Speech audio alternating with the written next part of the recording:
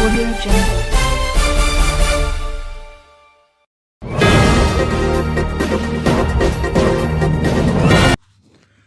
नमस्कार।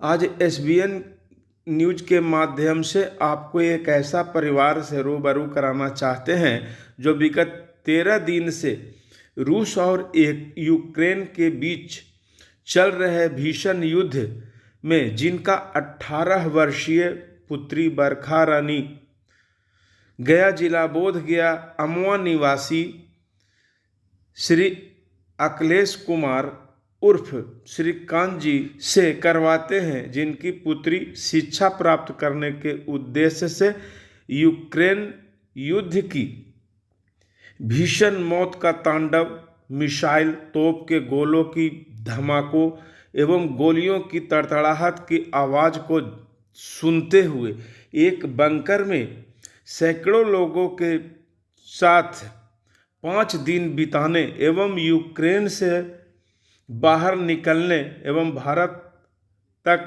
आने की दहशत भरी विभिन्न परेशानियों के साथ अपना वतन पहुंचने की कहानी बयां करते हुए कैसे 5 दिन बंकर में भूख प्यास वाली जिंदगी बसर करना, बस का सफ़र, ट्रेन में चढ़ने में परेशानी, बॉर्डर पार करने की पैदल यात्रा से लेकर बोधगया तक सकुशल वापसी को लेकर सुने छात्रा बरखा रानी की वहाँ का अनुभव उसी की जुआनी।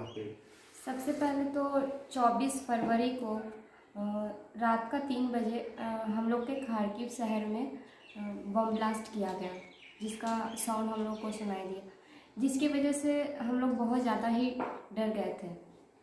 तो उसी दिन हम लोग पैकिंग वैकिंग करने लगे और फिर हॉस्टल के इंचार्ज हम लोग को मैसेज करके बोलते हैं कि वो बंकर में जितने भी स्टूडेंट हैं आ जाए। तो इसी डेट से वहाँ का वार स्टार्ट हो गया था। सबसे पहले तो कीव में हुआ था। कीव में बहुत ज़्यादा ही तबाही मच रहा था और जिस स्टूडेंट का टिकट भी बुक कराया गया था उन लोगों का कैंसिल भी कर दिया गया था। क्या विश्वविद्यालय प्रशासन वहाँ पे आप लोग के आने से रोका था या ये बताया गया था कि यहाँ युद्ध की स्थिति है, आप लोग घर चले जाएं? नहीं, कॉलेज के प्रशासन ने ऐसा कुछ भी इन्फॉर्मेशन नहीं दिए थे कि युद्ध होने वाला है या फिर कुछ और। ये इंडियन एम्बेसी बस थोड़ा इन्फॉर्मेशन देता था, लेकिन वो क्लियरली नहीं देते थे। अच्छा, इतना दिन आप लोग युद्ध के स्थिति में वहाँ पर रुके, भारत सरकार की ओर से, वहाँ के एम्बेसी, इंडियन एम्बेसी की ओर से क्या क्या सहायता दिया गया? इंडियन एम्बेसी यूक्रेन में तो कुछ सहायता नहीं की है।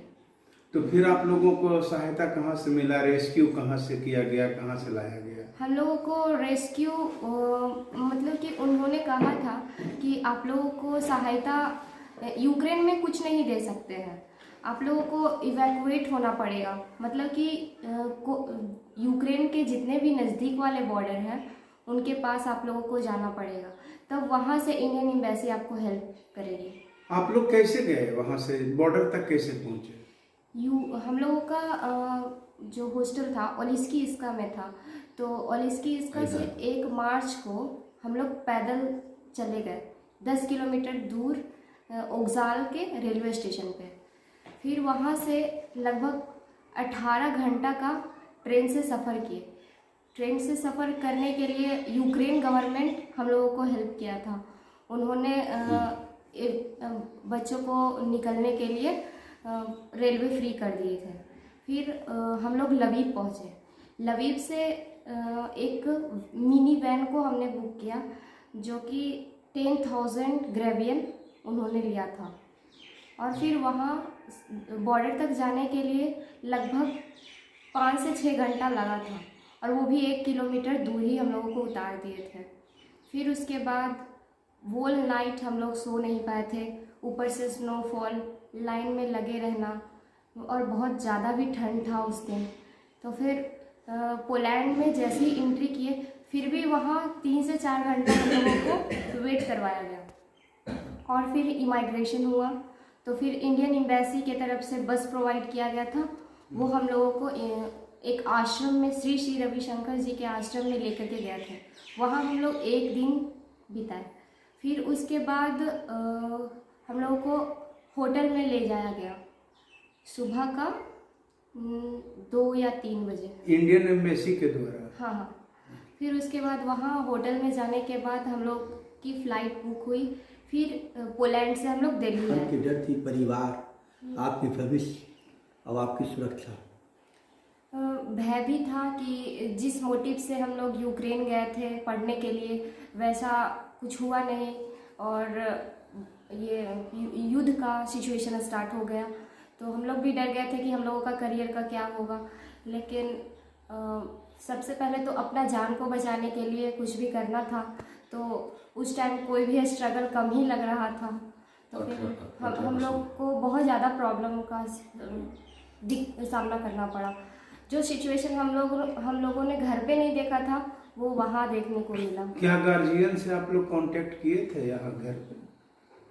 हाँ, कोई साधन था कांटेक्ट करने? उस टाइम पे साधन तो था। जब हम लोग बेसमेंट में रहते थे तो बहुत पुअर कनेक्शन भी रहता था नेटवर्क का, तो फिर उस टाइम पे कभी कभी तो फैमिली से बात भी नहीं हो पाती थी।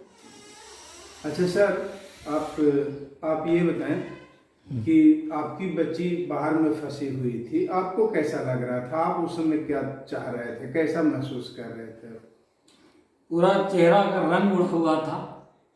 ये लग रहा था कि हमारी बच्ची लौट के आएगी भी कि नहीं आएगी।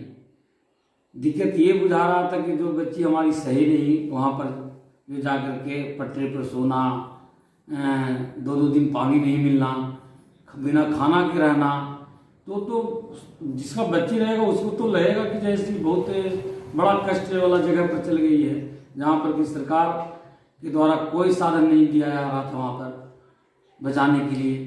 जिससे में वहाँ पर लिफ्टिंग अगर कर लिया जाता, यूक्रेन से ही लिफ्टिंग किया जाता, तो ये कहा जाता कि हाँ सरकार के द्वारा जैसे ही हो रहा है।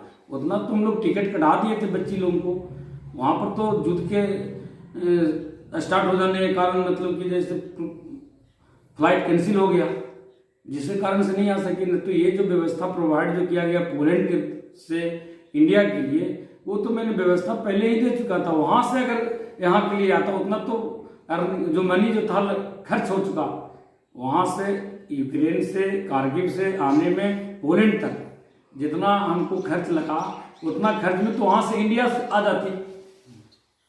तो इसके बाद अगर कह रहे हैं कि सरकार बहुत अच्छा प्रोवाइड कर रहा था, बच्चे लोगों को लाने में बहुत पीठ थपथपा रहे हैं लोग कि जैसे नहीं, अगर इंडिया गवर्नमेंट मोदी नहीं होता तो संभव नहीं होता।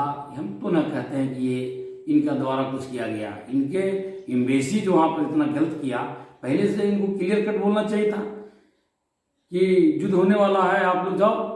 जो आज आप सीज फायर की आप कर करके युद्ध को आपने रुकवाया, वो आप रुकवा दिए होते और 2-4-5 दिन पहले इन लोग को जो कष्ट भोगना पड़ा था तो वो नहीं भोगता। अगर वहाँ पर कष्ट में पड़ गया था तो आप सेना के जहाज भेज करके वहाँ पर से आप लाते। तो इसको कहा जाता कि हाँ हमारे बच्चे को वहाँ से सुरक्षित ले आया गया।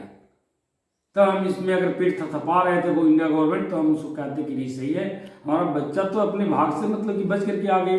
इतना जो जीवन में पैदल नहीं चली थी, कभी पटरा पर जमीन पर नहीं सोई थी, कभी 2 दिन भूखा नहीं रही थी बिना पानी के। तो ये तो मार्मिक टाइम था हमारे लिए। बहुत मैंने अफसोस था उस समय कि लग रहा था कि अब क्या होगा। अब एक नई जिंदगी आपके पास पहुंची है। अब नई जिंदगी जब हमने देखा तो बहुत घर में खुशी आया। अपना परिचय? मेरा परिचय अखिलेश कुमार सिंह उर्फ श्रीकांत कुमार हुआ और पूर्व वार्ड पार्षद नगर पंचायत बोधिया। बंकर में रह रहे थे तो खाना पीना की क्या व्यवस्था थी, किसके द्वारा किया गया था? जो हम लोगों के पास वहाँ के करेंसी ग्रेवियन थे, उसी से हम लोग अपना कुछ खरीदते थे और खाते थे। बाहर से खरीद के लाना पड़ता था। इसी क्रम में एक लड़के को गोली लगी और वो एक्सपायर हुआ ना। उस बंकर में कितने इंडियन लोग थे? वो लगभग 400-500 स्टूडेंट थे इंडियन। और फिर अलग वाले हॉस्टल में भी थे, क्योंकि हम लोगों का जो हॉस्टल था वो एक दूसरे के नज़दीकी था। तो वीएन कराजिना वाले हॉस्टल में हम लोग रहते थे। और फिर खार्किव नेशनल मेडिकल यूनिवर्सिटी का भी हॉस्टल था, तो उनमें भी बहुत सारे बच्चे रहते थे। क्या लोगों का बर्ताव कैसा रहा? सुने कि कुछ लोगों के साथ सपोर्टिंग नहीं अच्छा मिला, वहाँ के गवर्नमेंट के प्रशासक का स्टूडेंट के साथ प्रतिनिधि किया।